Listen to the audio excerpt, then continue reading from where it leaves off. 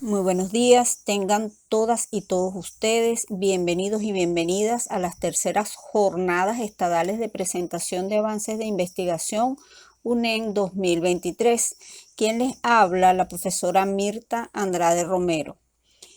El comité organizador de estas jornadas me ha solicitado disertar en relación a la evaluación de la calidad de la educación básica, perspectivas y experiencias.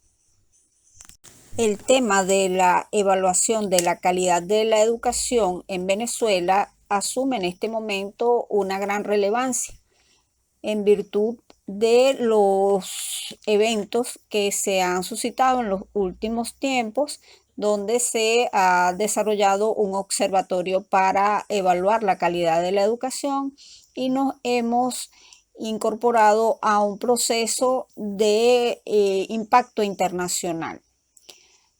Para comenzar, vamos a hacer algunas acotaciones, en primer lugar, en relación al concepto de calidad de la educación.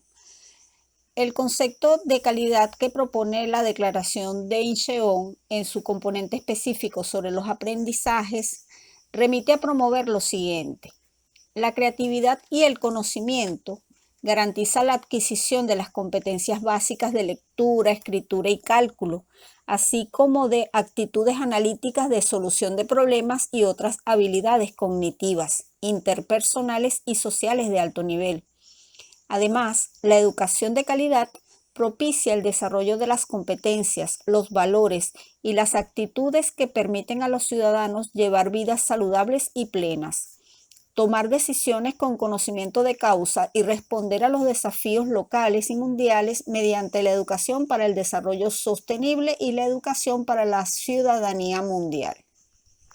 La definición que acabo de leer corresponde a un documento planteado por la UNESCO en el año 2015, pero no es el único que consultamos.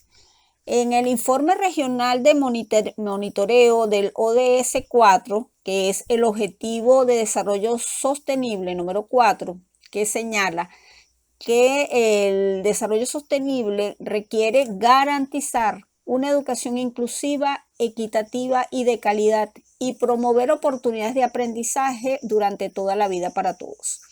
Este documento señala que la calidad de los aprendizajes es una de las dimensiones que el Objetivo de Desarrollo Sostenible número 4 ha posicionado como objetivo central de los sistemas educativos. El acceso, la trayectoria y la finalización de los distintos tramos de la escolarización son las bases necesarias, pero no suficientes para lograr aprendizajes equitativos y potentes a escala sistémica. He de aclarar que esta es solo una parte de lo que está planteando la evaluación de la calidad educativa, que es la calidad de los aprendizajes. Existen otras que por razones de tiempo no voy a mencionar. Como clave para entender las perspectivas y las experiencias en la evaluación de la calidad educativa, nos planteamos la siguiente interrogante que tiene que ver con cómo entendemos o qué se entiende por la evaluación de la calidad educativa en la educación básica.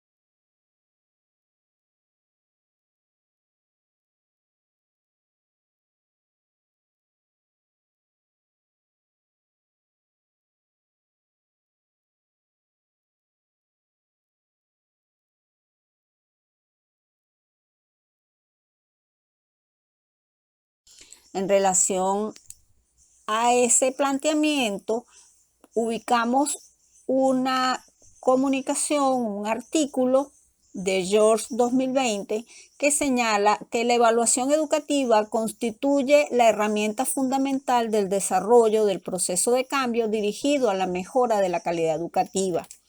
No obstante, se cuestiona en la forma en que ese proceso se hace, ya que plantea las siguientes interrogantes. ¿Qué propósitos persigue la intención de enunciar que se puede elevar la calidad educativa mediante la aplicación de pruebas estandarizadas? El concepto de calidad vinculado por la medición de resultados en pruebas estandarizadas está sesgado el entendimiento de la calidad educativa hacia el determinismo de un número o una categorización, sobre todo si no se consideran previamente las heterogeneidades de los contextos educativos, las necesidades particulares de los escenarios escolares y las capacidades de las instituciones educativas.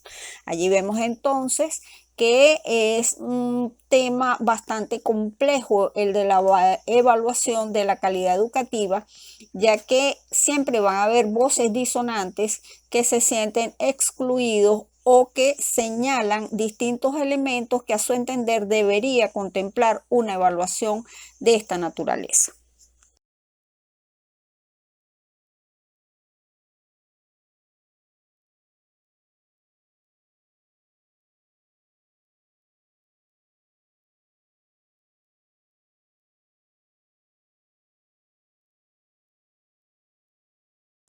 Debemos comprender, sin embargo, que lograr hacer una evaluación de esta magnitud, es decir, donde se evalúe la calidad en un país e incluso en un continente, como son muchos de estos estudios, requiere de ponerse de acuerdo y establecer algunos parámetros para que esa evaluación pueda ser aplicada y pueda ser contrastada los resultados en distintos lugares.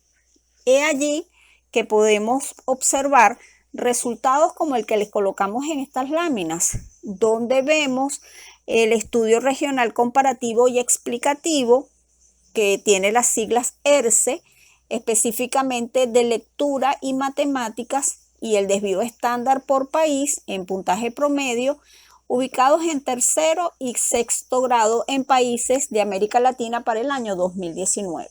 Allí podemos ver en la lámina dos gráficos. En el primero de ellos, del lado izquierdo, podemos ver el porcentaje o las mediciones de lectura obtenida por niños estudiantes de tercer grado, mientras que del lado derecho vemos la medición para niños de sexto grado. He de señalar allí que participaron un promedio de 19 países latinoamericanos, entre los cuales, por cierto, para el año 2019, por razones que todos conocemos, no está nuestro país.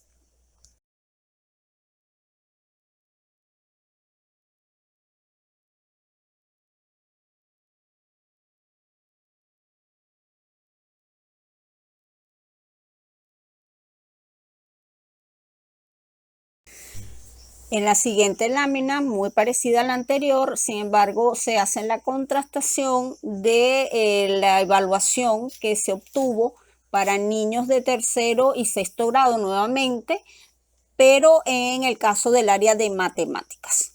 Allí llama la atención las diferencias incluso de algunos países.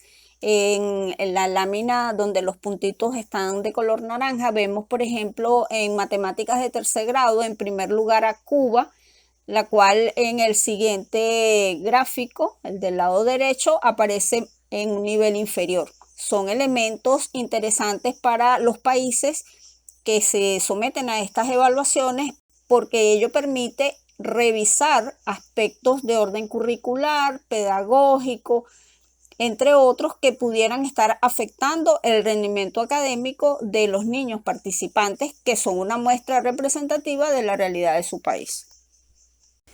Es mucho lo que se pudieran decir de estas pruebas como señalé anteriormente, personas de acuerdo, otras no tanto, de la manera en que se hacen estos estudios. Sin embargo, es mucha la bibliografía para consultar en relación al tema y por razones de tiempo resumimos esto a su máxima expresión. Y más sin embargo, quise tomar algunos elementos que me parecieron interesantes comentar en este momento, en este espacio que nos han cedido en esta mañana. Por ejemplo, tenemos acá una publicación de la UNESCO bastante reciente donde se muestra la preocupación por los efectos educativos dejados por el COVID-19. El comunicado de prensa señala que América Latina y el Caribe reitera su compromiso con el fortalecimiento y recuperación de los aprendizajes básicos. Cita la nota de prensa, Bogotá, Colombia, ministros de Educación y representantes de Gobierno de América Latina y el Caribe reafirmaron hoy su compromiso de promover una urgente recuperación educativa en la región luego de las pérdidas registradas durante la pandemia y garantizar los aprendizajes básicos para todos los niños y niñas.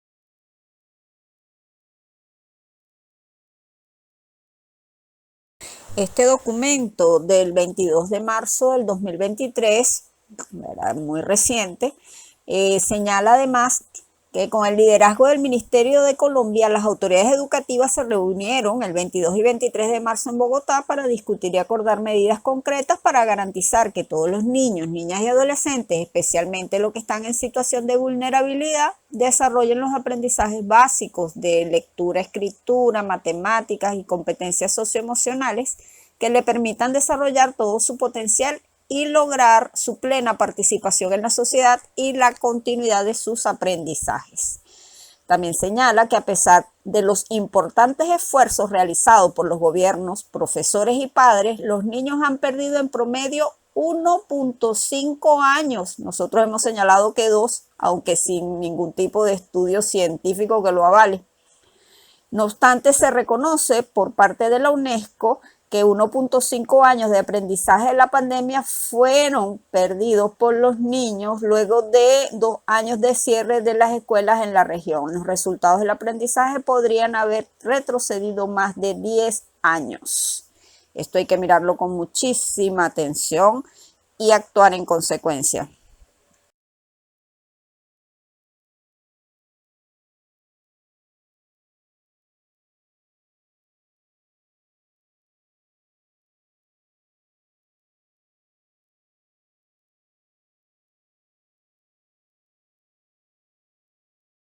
Pero la situación de la calidad educativa y su evaluación en la América Latina tiene también otras miradas. Allí traigo a colación un artículo publicado en México en el año 2019 que tiene como título Calidad educativa como precarización laboral, análisis de América Latina, publicado por Edgar Daniel Anaya Torres de la Universidad Autónoma de Tlaxcala, México. En esta investigación se hacen varios análisis que nos permiten ver que el estudio o los estudios sucesivos y las decisiones que se toman no siempre han sido beneficiosos para el personal docente, y hacen algunas acotaciones allí de, por ejemplo, el ingreso de algunos profesionales de la educación que son sometidos a amplios procesos evaluativos, con lo cual su estabilización laboral es muy compleja. Es decir, los profesores que no aprueban sucesivamente las diversas evaluaciones que se le van colocando, sobre todo en los primeros años de vida laboral, entonces se les complica ellos poder tener ascenso o simplemente lograr su estabilidad laboral dentro de las instituciones educativas, cuestión que no beneficia para nada a el desarrollo de los procesos de aprendizaje en las niñas, niños y adolescentes. Dentro de las otras miradas a la valoración de la calidad educativa que iniciamos anteriormente, nos encontramos con este artículo de Inés Rodríguez Moyano y Lucrecia Rodrigo, referida a la Argentina reciente. El artículo se denomina Educación, Inclusión y Calidad, los discursos de los organismos internacionales y las políticas de evaluación en la Argentina reciente. El artículo hace énfasis en los sentidos de la inclusión desde los organismos internacionales que avalan estos procesos de evaluación con tendencia a la inclusión, pero desde esos aspectos de orden estandarizado. El artículo se focaliza en una de las dimensiones principales de la educación inclusiva que se está vendiendo en ese momento. Se refiere a la pertinencia de la educación en términos de logros de aprendizaje y de su medición a través de programas de evaluación estandarizados, cuestiones que han adquirido renovado interés en las políticas educativas de la Argentina en el marco de la restauración conservadora. Para quienes no lo saben, el proceso de restauración conservadora fue el que vivió la Argentina entre los años 2015 y 2019, cuando estuvieron el liderazgo del presidente Mauricio Macri, quien endeudó a la Argentina, bueno, por una cantidad de años que solamente Dios sabrá. Es decir, un modelo de derecha que, basado en este discurso de los organismos internacionales, renovó toda una cantidad de aspectos que habían sido superados en los procesos políticos anteriores que había vivido nuestro hermano país. Este otro documento, llamado Tensiones sobre la evaluación de calidad en la educación básica, supuestos sobre sus implicaciones sociales, de Gustavo Adolfo Enríquez Gutiérrez, de la Universidad Pedagógica Nacional de México, señala aspectos relacionados con la calidad educativa que expresa el gobierno mexicano, y denuncia que opera la misma sobre políticas educativas con un enfoque unitario, fragmentario y descontextualizado de las tareas escolares y del ejercicio educativo de la escuela pública mexicana. Son muchas las perspectivas o dilemas de la evaluación de la calidad educativa en la educación básica. No obstante, queremos ilustrarla a través de una historia que nos contó Coexe en el año 2001 y que fue citada por Gautier en el año 2007. Se trata de la historia de Sultán, un gorila inteligente. Sultán es un chimpancé que se hacía preguntas inútiles antes de llegar a lo que su guardián aspiraba de él. que cumpliera con el designio de un chimpancé inteligente, que aprendiera a usar diversos utensilios para alcanzar sus plátanos, que el hambre le obligara a ir directa y rápidamente a su meta, que no era otra que satisfacer la ancestral necesidad de comer. Sultán arrastra los cajones hasta ponerlos debajo de los plátanos. Los apila uno encima del otro. Sube a la torre que ha construido y coge los plátanos. Piensa, ¿ahora dejará de castigarme? La respuesta es no. Al día siguiente el hombre cuelga un nuevo racimo de plátanos del alambre, pero también llena de piedras los cajones, de modo que son demasiado pesados para arrastrarlo. Se supone que uno no ha de pensar, ¿por qué ha llenado los cajones de piedra? No ha de pensar esto otro, ¿cómo he de utilizar los cajones para conseguir los plátanos a pesar de que están llenos de piedra? Uno empieza a entender cómo funciona la mente del hombre. Sultán vacía las piedras de los cajones, construye la torre con los cajones y se encarama encima y toma los plátanos. Mientras Sultán tenga pensamientos erróneos, pasará hambre.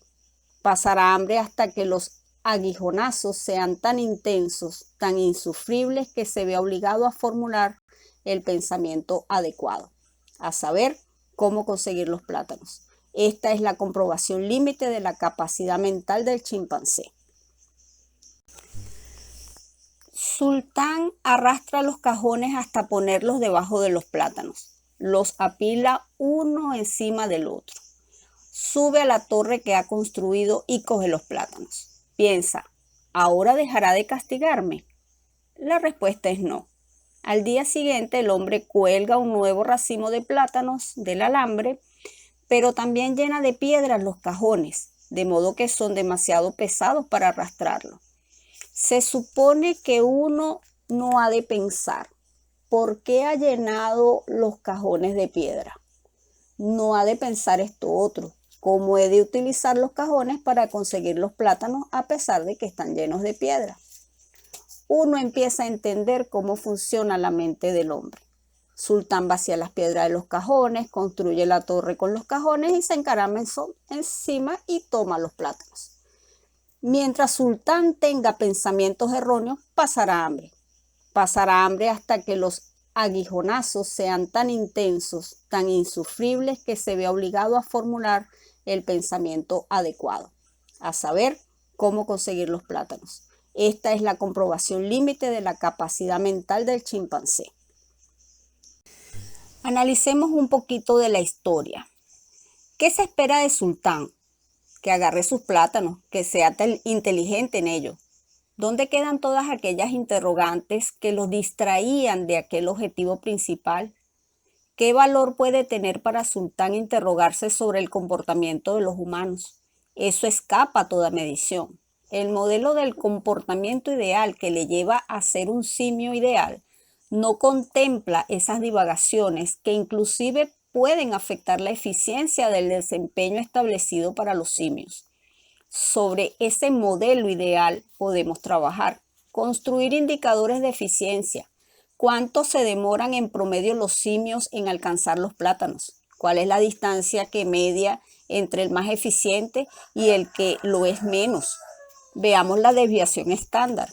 Investiguemos los factores que hacen a unos zoológicos ser más eficientes que otros en educar, entre comillas, a los simios. A pesar de estas condiciones de origen, las investigaciones demuestran que el zoológico puede ser un factor de compensación de las desigualdades de origen. Lo que se espera de Sultán es lo que entendemos por calidad de su educación, entre comillas. Tal y como están las cosas hasta este momento, nos pudiéramos preguntar, ¿y entonces qué hacemos con el reto de la evaluación de la calidad educativa? Sé que ustedes, al igual que yo, nos lo hemos preguntado. Afortunadamente, tenemos versiones oficiales que nos hacen reconsiderar esa posibilidad de salir corriendo. La versión oficial del Ministerio del Poder Popular para la Educación aparece en el libro Observatorio de la Calidad Educativa, que fue publicado en octubre del año 2022, el año pasado, apenas unos meses. Allí podemos ver, en palabras de la viceministra Gisela Toro de Lara, lo siguiente: la concepción de la calidad de la educación varía de acuerdo con la perspectiva político-ideológica que se adopte. Es decir, no se trata de una expresión neutra. Para el capitalismo globalizado, la calidad en el ámbito educativo está asociada a los intereses del mercado, producción, consumo, y a las posibilidades de adaptarse rápidamente a las prioridades delineadas por el Fondo Monetario Internacional, el Grupo 8 y el Banco Mundial.